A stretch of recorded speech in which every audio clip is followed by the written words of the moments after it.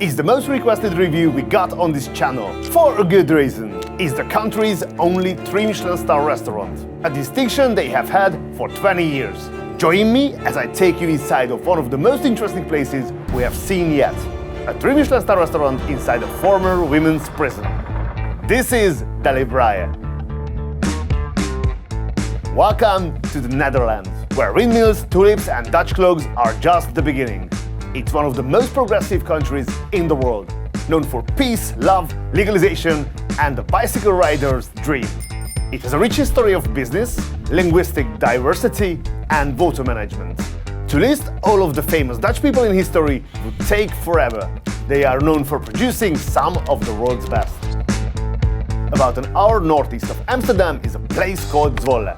Nestled in the heart of this picturesque city is a restaurant for today.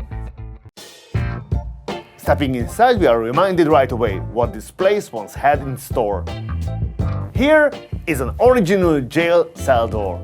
This is insane, and I'm laughing now, but I'm pretty sure that there was a time where people behind it were not in a laughing mood.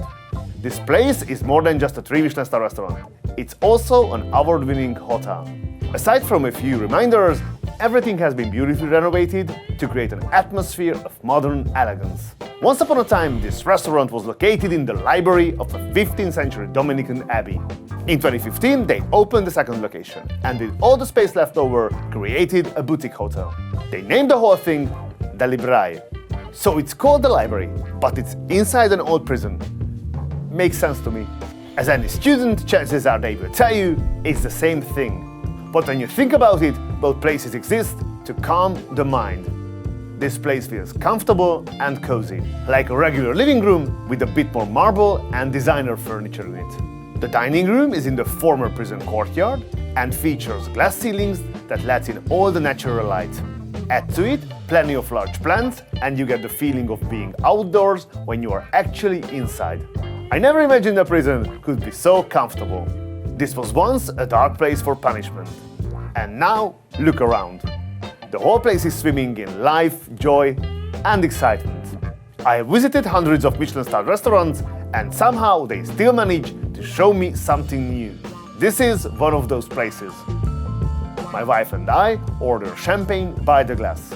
2 dynamic servers come to the table and pour our champagne with perfect mirror service. I have never seen anything like it. Everywhere else, they come with 1 bottle. Here, the procedure is different. I really like it. Shortly after, our first bite. Spring bean, horseradish, young mustard. Followed by asparagus from the region with verbena. It contains some liquid, so we are advised to eat it in 1 bite. And finally a rose, fully edible with beetroot and lovage. The spring bean is really great. The asparagus and the rose look wonderful, but flavor-wise, not for me. Before we know it, Chef Jonnie Boer is at the table to explain today's menu. Chef Jonnie grew up in the food service industry. His parents ran a cafe restaurant in his hometown of Giethoorn, one of the coolest places in the Netherlands.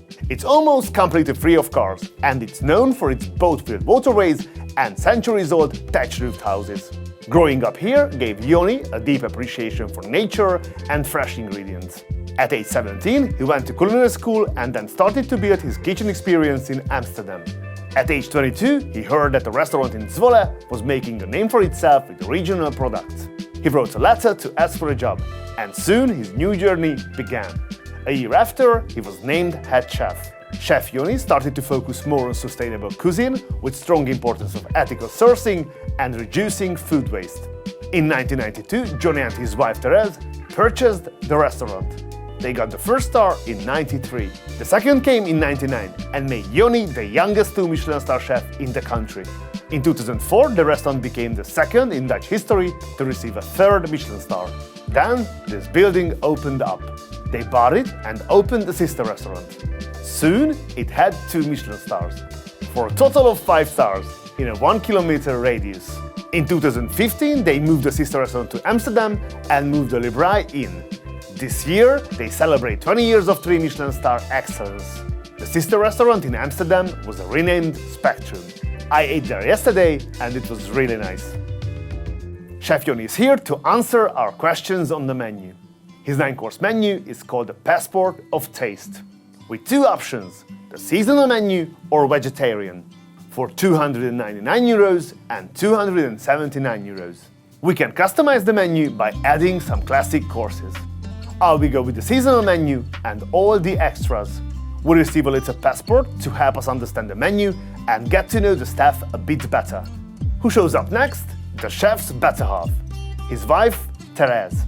She is front of house manager as well as an accomplished sommelier, which translates to master of gastronomy on both food and wine.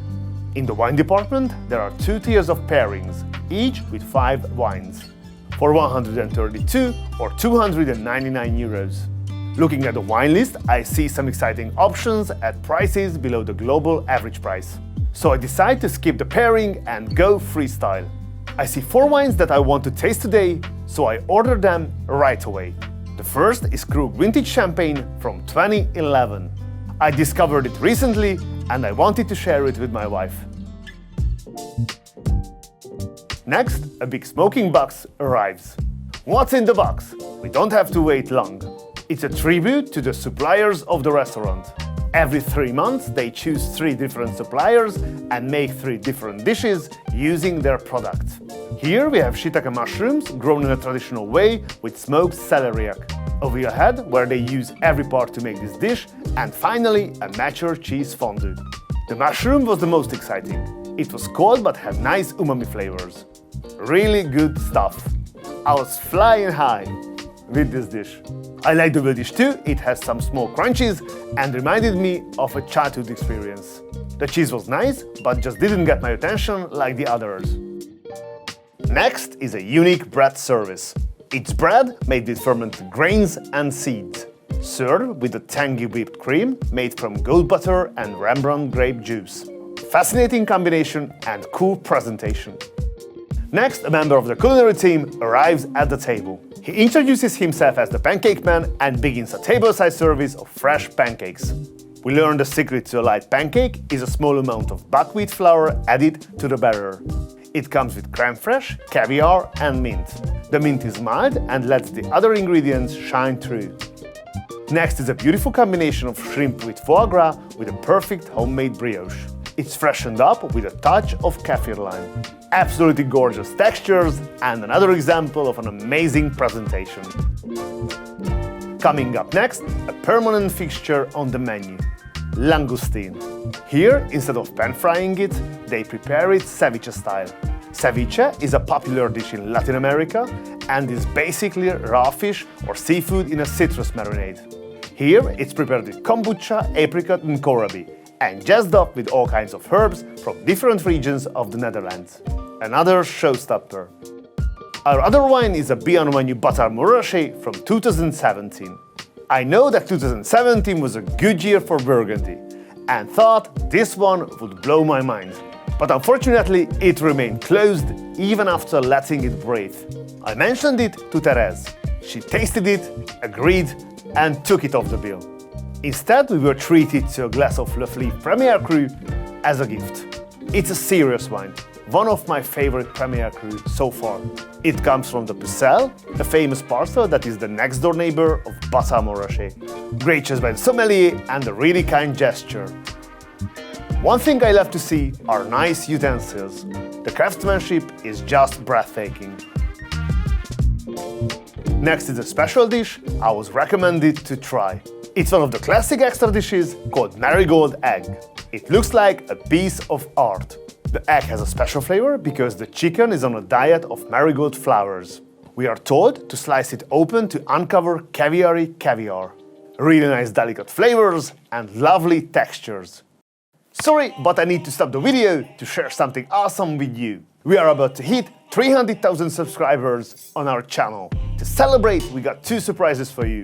First of all, we are finally doing a Q&A video. Got questions? Drop them in the comments below this video. I also have a fantastic giveaway for you. One lucky winner will get to choose a restaurant with me and we will make a video together.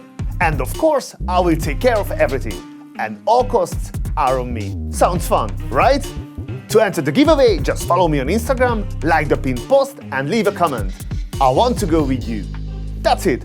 The giveaway runs until we hit 300,000 subscribers. Good luck! Then it's time for a walk, taking a tour of this amazing facility. In the history room, we see how much this place changed and how far they have come. For big celebrations, you can rent this private room with 2 private chefs. The whole countertop is an induction stove. Gorgeous! Next, we take a look at the herbs and microgreens, where Chef Jonnie is also the gardener. The chef could be doing anything else on a Sunday like this, but there he is, standing among the microgreens on a sunny afternoon, nurturing them. He could hire someone to do it for him, but probably this is what he loves to do. This is his life. It was truly inspiring to meet him. And then, stop by my favorite place, the wine cellar. It's not huge, but it's filled with top-tier prestige wines. Speaking of, our next wine is a Coach Jury from 2017. I was curious to see what a grape producer could do with a lesser grape variety. Of course, this was a step back compared to the previous wines, but curiosity is above everything. Next dish, we go for a little skate. They look a lot like stingrays, except for the tail. Stingrays are long and skates are short. Here we have the cheek of the skate with local asparagus and seaweed. The base of the sauce is buttermilk. The sauce took this dish and ran with it. There was a hint of spicy and sweet with a buttery and silky texture. It would have been amazing with anything in it. In terms of service, this place reminds me a bit of Atelier Crème. The service team has regular routes and they are constantly observing and checking to see if they can help somehow. But here it's an example of how it can be done well, and it didn't disturb us at all. Next is more tableside cooking. This is pike perch in Rasling, glazed in apple syrup and soy sauce. With bacon, crispy potato and chives in a beurre blanc sauce with celery. It pays tribute to Jonnie's grandfather, who was a freshwater fisherman. This is a signature dish from 1993, when they earned their first Michelin Star. They decided to bring it back and refine it a little. This one is super dynamic with a lot happening. But it all works and there is a nice balance here. I was saving the biggest wine for last.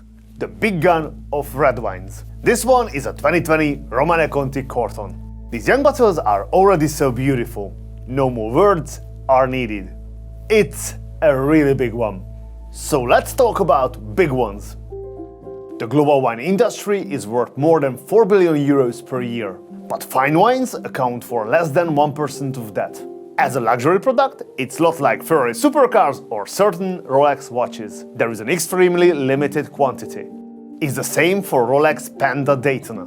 If you want one, you can buy it retail, even if you have the money. To get one, you need to go to the secondary market, driven by pure speculation. That causes prices to skyrocket. Same is true with wine. Romane Conti made only a few thousand bottles of this wine. Every major producer sets an allocation which says who can buy how much. To get on this list, you need to be connected. There's a huge difference between a car or a watch and a bottle of wine. Wines can be faked more easily. And if they aren't stored properly, they go bad. Something you won't know until you uncork it.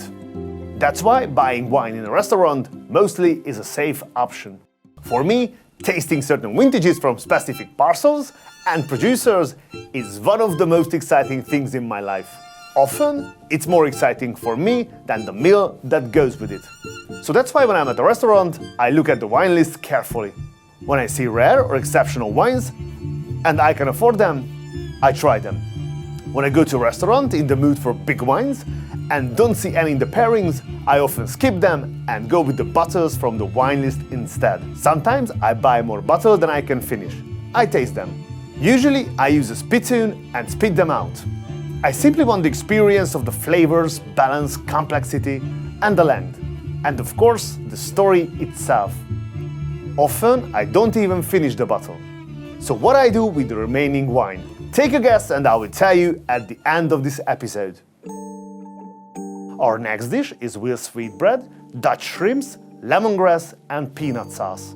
The chef uses sweetness and acidity very well, which takes the flavors in a completely different direction. This is a classic dish from 2004 that we added to the menu for 45 euros. Worth every penny. Duck, red cabbage and madras curry are next. It's cooked and then cut like a T-bone to achieve this wonderful symmetry. The jus is made of red cabbage and orange. This dish was excellent and smelled amazing thanks to the orange. I also enjoyed some Asian notes. We have one more classic dish before dessert. This is époisse, rabbit kidney, chorizo and potato. Époisse is a cow's milk cheese from the Burgundy region and it's known for its strong flavor and even stronger aroma. The smell is so powerful, it's the only cheese banned on public transport in Paris. Taste-wise, it's super buttery and so creamy you can eat it with a spoon. We advise to pop the cheese balls in the middle, mix and try to get all the flavors in one bite. It's super rich and mildly gamey, but very nice. Now we are on to dessert. This is an ice cream made of dark chocolate, passion fruit and mango. It's topped with a foam, made with homemade rum infused with the heads and tails of shrimp. This is definitely a combination that I have never tried anywhere else. And it is absolutely mind-blowing. Last but not least, our final dessert in 3 preparations. Blossoms, leaves and tips. Here we have elderflower blossom with green strawberries, tops of spruce with rhubarb, and finally blueberries with cherry leaf and raw almond. This is not grandma's apple pie and ice cream. There is a ton of work and lot of complexity in these desserts. Finally, a creative presentation in the petit fours featuring handmade candy from the region. And that will do it for the library inside the old prison. Our total for today is just over 3,200 euro. And now my final thoughts on Delibrije. This space is amazing. It's elegant and cozy, but doesn't hide the history of the building. Chef Jonnie showed his creativity without compromising on flavor. The service team was attentive and left me feeling taken care of, but not bothered. The owners were friendly and saw my problem with the wine as an opportunity to go above and beyond. I love this couple and I'm happy to meet them. When I see such remarkable people, I always think that with their humility, passion and diligence, success is inevitable for them. I think in this case, the 3 Michelin stars are not a goal, but a consequence. So what I do with the remaining wine? If I have leftover, I leave it for the staff to taste. That's what happened here as well. I left some of the Krug and most of the coach duty for them. But this Romane Conti is just for us. The perfect company for our ride back to Amsterdam. And that does it for this episode. Thank you for joining me. If you like this video, hit subscribe. See you next time. You can call me stupid.